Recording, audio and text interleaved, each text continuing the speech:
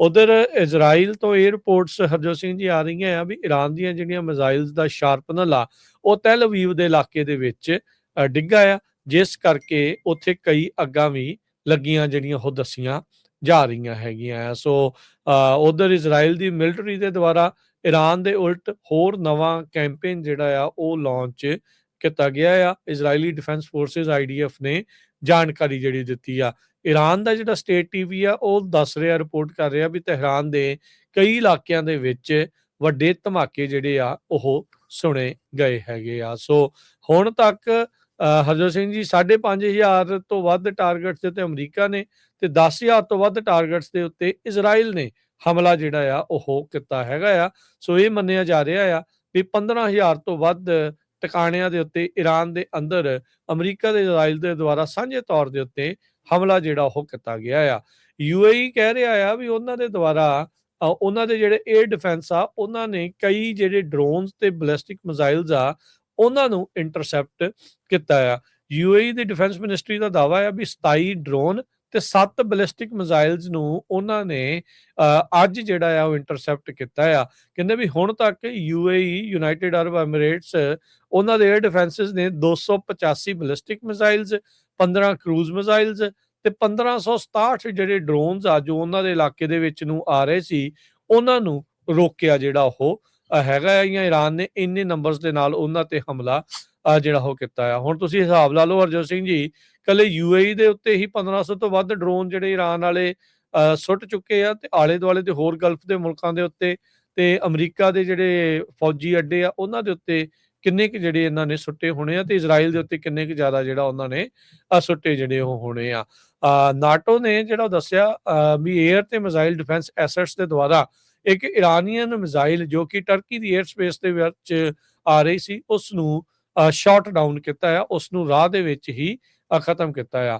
Oman ਦੇ ਵਿੱਚ ਹੁਣ ਤੱਕ 2 ਜਣਿਆਂ ਦੇ ਮੌਤ ਦੀ ਖਬਰ ਜਿਹੜੀ ਉਹ ਆ ਰਹੀ ਆ ਤੇ ਉਹਨਾਂ ਨੇ ਵੀ ਇੱਕ ਅਲ ਅਵਾਹੀ ਇੰਡਸਟਰੀਅਲ ਏਰੀਆ ਦੇ ਉੱਤੇ ਇੱਕ ਡਰੋਨ ਆ ਉਸ ਨੂੰ ਇੰਟਰਸੈਪਟ ਕੀਤਾ ਆ। ਇਹ ਓਮਾਨ ਦਾ ਸਟੇਟ ਮੀਡੀਆ ਇਸ ਮੌਕੇ ਦੱਸ ਰਿਹਾ ਹੈਗਾ ਆ। ਉਧਰ UN ਦੇ ਜਿਹੜੇ ਸੈਕਟਰੀ ਜਨਰਲ ਐਂਟੋਨੀਓ ਗੁਤਰੇਸ ਆ ਉਹ ਬੇਰੂਟ ਲੈਬਨਾਨ ਦੇ ਵਿੱਚ ਪਹੁੰਚੇ ਹੋਏ ਆ। ਕਹਿੰਦੇ ਲੈਬਨਾਨ ਦੇ ਲੋਕਾਂ ਦੇ ਨਾਲ ਹਮਦਰਦੀ ਤੇ ਸੋਲੀਡੈਰਿਟੀ ਨੂੰ ਦਿਖਾਉਣ ਦੇ ਲਈ ਉੱਥੇ ਆਏ ਆ। ਇਜ਼ਰਾਈਲ ਨੇ ਲੈਬਨਾਨ ਦੇ ਵਿੱਚ ਆਪਣਾ ਜਿਹੜਾ ਗਰਾਊਂਡ ਅਫੈਂਸਿਵ ਆ ਉਹ ਸ਼ੁਰੂ ਕੀਤਾ ਹੋਇਆ ਹੈ। ਹੁਣ ਤੱਕ ਲੈਬਨਾਨ ਦੀ ਜਿਹੜੀ ਸਰਕਾਰ ਆ ਉਹ ਰਿਪੋਰਟ ਕਰ ਰਹੀ ਆ ਵੀ 773 ਤੋਂ ਵੱਧ ਲੋਕ ਮਾਰੇ ਜਿਹੜੇ ਉਹ ਜਾ ਚੁੱਕੇ ਆ। ਇਜ਼ਰਾਈਲ ਜਿਹੜਾ ਉਹ ਕਹਿ ਰਿਹਾ ਆ ਵੀ ਹਿਜ਼ਬੁੱਲਾ ਦੇ ਉਲਟ ਉਹਨਾਂ ਦੀ ਇਹ ਕਾਰਵਾਈ ਜਿਹੜੀ ਉਹ ਚੱਲ ਰਹੀ ਆ ਤੇ ਐਂਟੋਨੀਓ ਗੁਤਰੇਸ ਨੇ ਦੋਨਾਂ ਹੀ ਹਿਜ਼ਬੁੱਲਾ ਤੇ ਇਜ਼ਰਾਈਲ ਨੂੰ ਗੁਹਾਰ ਲਾਈ ਆ ਵੀ ਤੁਸੀਂ ਜਿਹੜਾ ਆ ਆਪਣੀ ਸੀਜ਼ ਫਾਇਰ ਆ ਉਸ ਨੂੰ ਨੈਗੋਸ਼ੀਏਟ ਕਰੋ ਤੇ ਇਸ ਜਿਹੜੇ ਵਾਰ ਆ ਉਸ ਨੂੰ ਰੋਕੋ। ਪ੍ਰੈਜ਼ੀਡੈਂਟ ਟਰੰਪ ਉਹਨਾਂ ਨੇ G7 ਕੰਟਰੀਆਂ ਦੇ ਹੈਡਸ ਦੇ ਨਾਲ ਕਾਲ ਦੇ ਉੱਤੇ ਗੱਲਬਾਤ ਕੀਤੀ ਆ ਵੀ ਈਰਾਨ ਕਿਸੇ ਵੀ ਟਾਈਮ ਸਰੈਂਡਰ ਕਰ ਸਕਦਾ ਹੈਗਾ। ਇਹ ਉਹਨਾਂ ਨੇ ਕਿਹਾ ਵੀ ਬਿਹਾਈਂਡ ਦਾ ਸੀਨ ਜੋ ਗੱਲਬਾਤ ਚੱਲ ਰਹੀ ਆ ਆਪਰੇਸ਼ਨ ਐਪਿਕ ਫਰੀ ਤੋਂ ਬਾਅਦ ਕਹਿੰਦੇ ਵੀ I get rid of cancer that was threatening us all, ਵੀ ਉਹ ਕੈਂਸਰ ਸੀਗਾ ਈਰਾਨ ਤੇ ਉਹਨੂੰ ਅਸੀਂ ਖਤਮ ਕਰ ਦਿੱਤਾ ਹੈ ਜੋ ਕਿ ਸਾਨੂੰ ਸਾਰਿਆਂ ਨੂੰ ਖਤਮ ਕਰਨਾ ਚਾਹੁੰਦਾ ਸੀਗਾ। ਈਰਾਨ ਦੇ ਜਿਹੜੇ ਨਵੇਂ ਸੁਪਰੀਮ ਲੀਡਰ ਆ ਮੁਜਤਬਾ ਖਾਮੇਨਾਈ ਉਹਨਾਂ ਨੇ ਜੋ ਪਿਛਲੇ ਕੱਲ ਵੀ ਆਪਾਂ ਤੁਹਾਡੇ ਨਾਲ ਖਬਰ ਸਾਂਝੀ ਕੀਤੀ ਸੀ ਵੀ ਕਿਸੇ ਤਰ੍ਹਾਂ ਦੀ ਵੀ ਜਿਹੜਾ ਐਗਰੀਮੈਂਟ ਆ ਜੰਗ ਨੂੰ ਰੋਕਣ ਦਾ ਉਹ ਅਨਐਕਸੈਪਟੇਬਲ ਆ, ਅਸੀਂ ਕਿਸੇ ਤਰ੍ਹਾਂ ਐਕਸੈਪਟ ਨਹੀਂ ਕਰਾਂਗੇ। ਤੇ ਉਹਨਾਂ ਨੇ ਕਿਹਾ ਵੀ ਜਿਹੜੇ ਸਾਡੇ ਸ਼ਹੀਦਾਂ ਨੂੰ ਮਾਰਿਆ ਗਿਆ ਅਸੀਂ ਉਹਨਾਂ ਦਾ ਬਦਲਾ ਲਵਾਂਗੇ। ਇਹ ਉੱਥੇ ਦੇ ਲੀਡਰ ਨੇ ਜਿਹੜੀ ਖਬਰ ਆ ਜਿਹੜੀ ਸਟੇਟਮੈਂਟ ਆ ਉਹ ਜਾਰੀ ਕੀਤੀ ਹੈਗੀ ਆ। ਪਰ ਦੂਸਰੇ ਪਾਸੇ ਜਿਸ ਤਰ੍ਹਾਂ ਤੁਸੀਂ ਪਹਿਲਾਂ ਸੁਣਿਆ ਹੀ ਆ ਤੇ ਪੀਟ ਹੈਕਸ ਤੇ ਟਰੰਪ ਨਹੀਂ ਇਹ ਕਹਿ ਰਿਹਾ ਵੀ ਉਹ ਬੁਰੀ ਤਰ੍ਹਾਂ ਫੱਟੜ ਹੋ ਗਿਆ ਹੈਗਾ। ਇਸ ਵੇਲੇ $100 ਤੋਂ ਉੱਪਰ ਜੋ ਬੈਰਲ ਦੀ ਪ੍ਰਾਈਸ ਆ ਕਿਉਂਕਿ ਹਜੇ ਵੀ ਸਟੇਟ ਆਫ ਹਾਰਮੋਜ਼ ਉਹ ਕਲੋਜ਼ ਆ, ਸਿਰਫ ਮੇਰੇ ਖਿਆਲ ਨਾਲ ਚਾਈਨਾ ਦੇ ਜਿਹੜੇ ਜਹਾਜ਼ ਆ ਉਹਨਾਂ ਨੂੰ ਲੰਘਣ ਦਿੱਤਾ ਜਾ ਰਿਹਾ ਹੈਗਾ। ਜਰਮਨ ਦੇ ਚਾਂਸਲਰ ਫਰੈਡਰਿਚ ਮਰਜ਼, ਇੰਗਲੈਂਡ ਦੇ ਪ੍ਰਾਈਮ ਮਿਨਿਸਟਰ ਕੀਅਰ ਸਟੈਮਰ ਤੇ ਫਰਾਂਸ ਦੇ ਪ੍ਰੈਜ਼ੀਡੈਂਟ ਇਮੈਨੂਅਲ ਮੈਕਰਨ ਉਹਨਾਂ ਨੇ ਪ੍ਰੈਜ਼ੀਡੈਂਟ ਟਰੰਪ ਉਹਨਾਂ ਨੂੰ ਇਹ ਕਿਹਾ ਆ ਵੀ ਮਾਸਕੋ ਨੂੰ ਤੇਲ ਵੇਚਣ ਦੀ ਜਿਹੜੀ ਇਜਾਜ਼ਤ ਨਾ ਦਿੱਤੀ ਜਾਵੇ ਕਿਉਂਕਿ ਉਹਨਾਂ ਨੇ ਉਹ ਤੋਂ ਪੈਸੇ ਬਣਾ ਕੇ ਫਿਰ ਜਿਹੜਾ ਆ ਯੂਕਰੇਨ ਦੇ ਉੱਤੇ ਉਦਾਂ ਹੀ ਹਮਲੇ ਜਾਰੀ ਰੱਖਣੇ ਹੈਗੇ ਆ।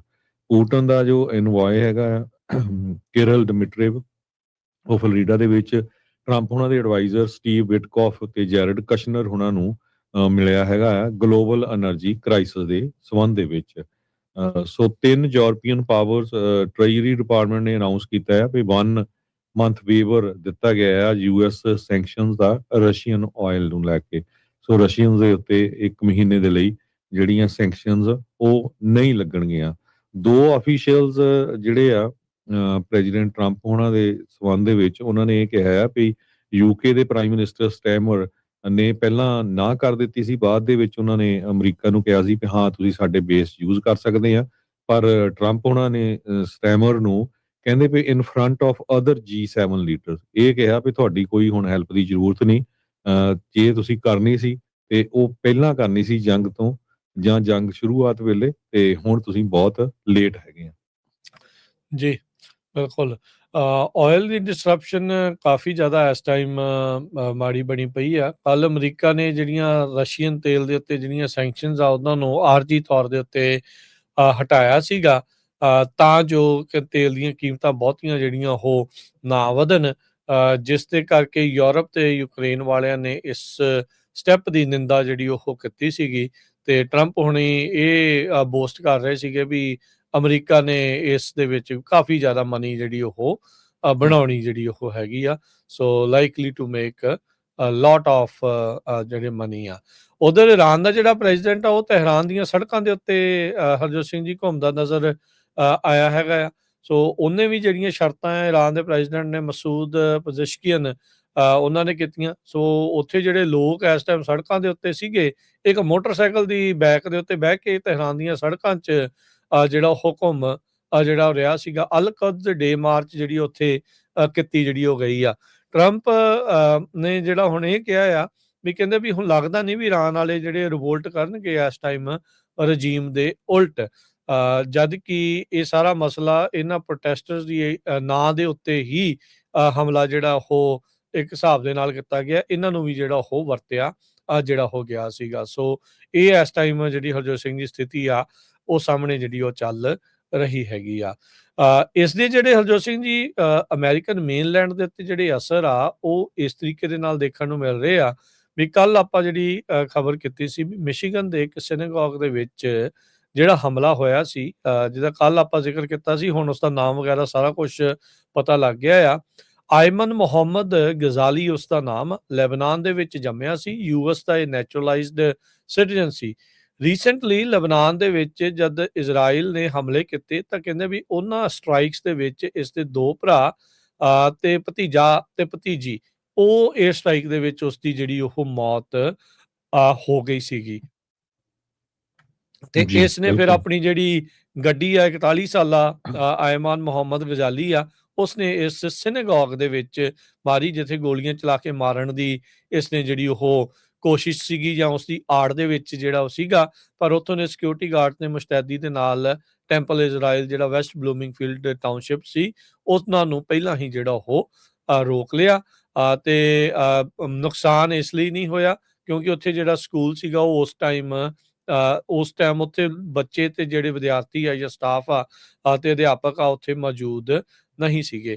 2011 ਦੇ ਵਿੱਚ ਜਿਹੜਾ ਗਜ਼ਾਲੀ ਆ ਉਹ ਪਰਿਵਾਰ ਨਾਲ ਰਿਲੇਟਡ ਜਿਹੜੇ ਵੀਜ਼ੇ ਦੇ ਉੱਤੇ ਸਪਾਊਸ ਆਫ ਯੂਐਸ ਸਿਟੀਜ਼ਨ ਉਸ ਆਧਾਰ ਦੇ ਉੱਤੇ ਜਿਹੜਾ ਉਹ ਆਇਆ ਸੀ। 2016 ਦੇ ਵਿੱਚ ਇਸ ਨੂੰ ਯੂਐਸ ਦੀ ਜਿਹੜੀ ਸਿਟੀਜ਼ਨਸ਼ਿਪ ਆ ਉਹ ਗ੍ਰਾਂਟ ਕੀਤੀ ਗਈ ਸੀ। ਡਿਪਾਰਟਮੈਂਟ ਆਫ ਹੋਮਲੈਂਡ ਸਿਕਿਉਰਿਟੀ ਨੇ ਜਿਹੜਾ ਉਹ ਦੱਸਿਆ ਜਿਹੜਾ ਉਹ ਹੈਗਾ। ਸੋ 5 ਮਾਰਚ ਨੂੰ ਲੈਬਨਾਨ ਦੇ ਸ਼ਹਿਰ ਮਾਸ਼ਗਰਾ ਉਹਦੇ ਵਿੱਚ ਜਿਹੜਾ 에ਅਰ ਸਟ੍ਰਾਈਕ ਹੋਈ ਸੀ ਉਹ 4 ਜਣੇ ਜਿਹੜੇ ਮਾਰੇ ਗਏ ਸੀ ਉਹ ਇਸ ਦੇ ਪਰਿਵਾਰਕ ਮੈਂਬਰ ਸੀਗੇ ਤੇ ਲੱਗਦਾ ਵੀ ਇਹੀ ਮੰਨਿਆ ਜਾ ਰਿਹਾ ਵੀ ਉਹਨਾਂ ਦਾ ਬਦਲਾ ਲੈਣ ਖਾਤਰ ਇਸ ਨੇ ਜਿਹੜਾ ਉੱਥੇ ਸਿਨੇਗੋਗ ਸੀਗਾ ਉਸ ਦੇ ਉੱਤੇ ਇਹ ਹਮਲਾ ਕੀਤਾ ਸੀਗਾ, ਜਿਸ ਦੇ ਵਿੱਚ ਇਹ ਖੁਦ ਮਾਰਿਆ ਗਿਆ ਹੈ। ਜੀ ਬਿਲਕੁਲ, ਉਹਦਾ ਨਾਮ ਵੀ ਜਿਹੜਾ ਡਿਸਕਲੋਜ਼ ਕਰ ਦਿੱਤਾ ਗਿਆ, ਆਇਮਨ ਮੁਹੰਮਦ ਗਜ਼ਾਲੀ, ਜੋ ਲੈਬਨਾਨ ਦਾ ਬੋਰਨ ਹੋਇਆ ਸੀ।